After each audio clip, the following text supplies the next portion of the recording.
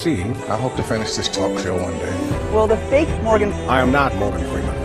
What you see is not real. Don't believe everything that you see is real. Don't believe everything that you hear is real. ሃይቴክ ፋሚሊ እንዴት ናችሁ? ዛሬ በጣም ጠቃሚና አስፈላጊ በሆነ ቪዲዮ ይዤላችሁ መጣሁ።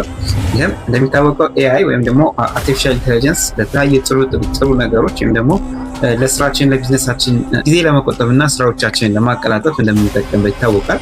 ከዚህ በተቃራኒ ደግሞ AI ለመጥፎ ነገር ወይም ደግሞ ሰዎችን ለማጭበርበርና ከሰዎች ገንዘብ ለመስረቅ የሚጠቀሙባቸው ሰዎች እየበዙ ነው የመጡት።